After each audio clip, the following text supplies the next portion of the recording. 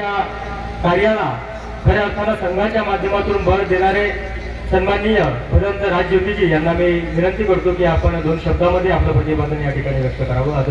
बुद्ध फुले शाहू आंबेडकर भगवंतांनी जो बहुजन हिताय बहुजन सुखायचा मार्ग सांगितला, त्या बहुजनामध्ये फक्त बौद्ध न येता त्याच्यामध्ये एससी एनटी बीजेएनटी ओबीसी सर्व येतात आणि भगवंत हा मार्ग सुरू करतात बहुजन हितायाचा आणि बहुजन सुखायचा।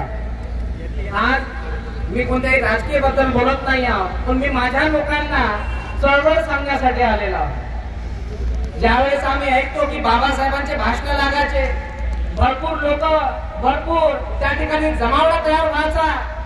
आजही काही आजी आमचे म्हाताऱ्या सांगतात की त्यावेळेस आम्ही होतो लहान होतो, आम्ही पाहतो बाबासाहेबांना।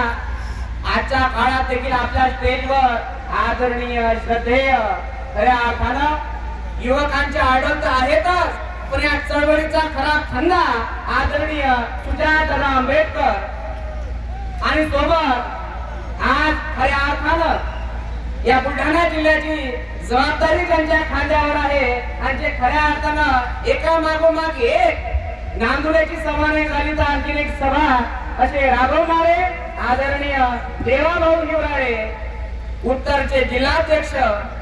लक्षात घ्या, हे लोक आपल्या समोर आदरणीय श्रद्धेय बाळासाहेब आंबेडकरांनी केलेले आहेत आणि याचा फायदा करून घेणं हे आपलं काम आहे।